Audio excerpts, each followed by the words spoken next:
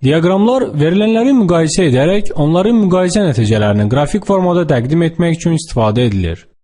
Diaqramların hazırlanmasında verilənlərin rəqəm olması şərtdir. Bu rəqəmlərin dəyişməsi diaqramın da dəyişməsinə gətirib çıxaracaqdır. Diaqramı yaratmaq üçün alətlər bağında insert bölməsinə daxil olun. Buradan isə Illustrations qrupunda yerləşən Chart düyməsinə basın. Qarşınızda mümkün olan bütün diaqram formaları olan dialoq pəncərə açılacaqdır. Pəncərənin sol tərəfində diaqramların qrupu, sağ tərəfdə isə seçilmiş qrupa uyğun təklif edilən formaları görmək olar. Bu qrupda yetəri qədər diaqram formaları vardır və siz uyğun olanı seçə bilərsiniz.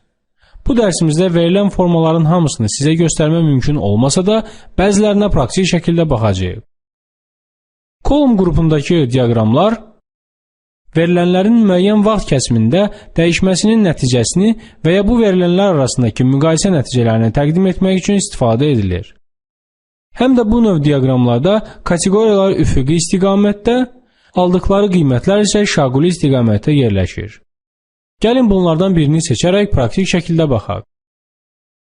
Nəzərinizə çatdırım ki, kolum qrupuna daxil olan diaqram növlərində verilənlər sütun və sətirlərdə yerləşir.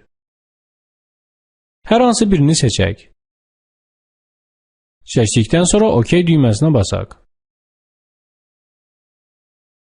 Diaqramı seçdikdən sonra verilənləri daxil etmək üçün Excel cədvəli olan pəncərə açılacaqdır. Buradakı bəzi verilənləri dəyişək.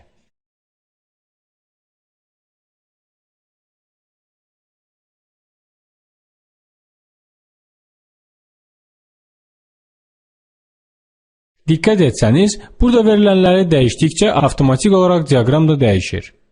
Və sizə lazım olan verilənləri daxil etdikdən sonra Excel'in pəncərəsini bağlaya bilərsiniz.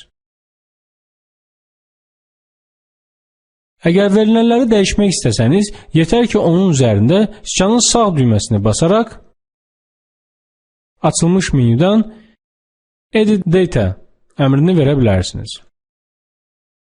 Və Excel pəncərəsi bir daha açılacaqdır. Lazım olan verilənləri dəyişdikdən sonra yenidən pəncərəni bağlaya bilərsiniz. Əgər slayddakı diaqram tipi sizi qane etmirsə, onu dəyişmək olar. Bunun üçün siçanın sol düyməsi ilə slayddakı diaqramı seçin.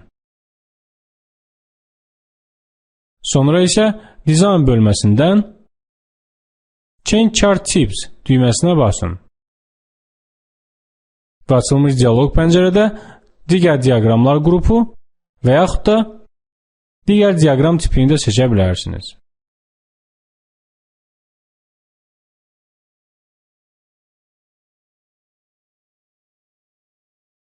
Seçdikdən sonra OK düyməsinə basın.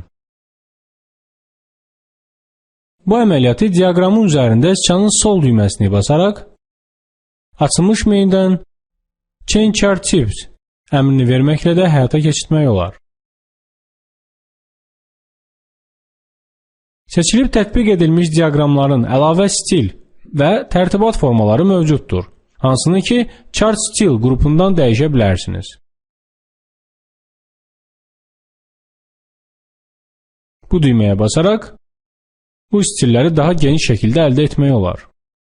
Sizə lazım olanı seçib, üzərində bir dəfə siçanın sol düyməsi ilə basın və nəticədə seçilmiş diaqramın stilini dəyişmiş olacaqsınız.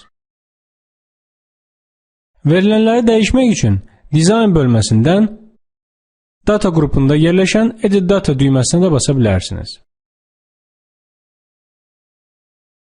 Və yenə də lazım olan verilənləri dəyişdikdən sonra pəncərəni bağlayaraq dəyişikliyi tətbiq edə bilərsiniz.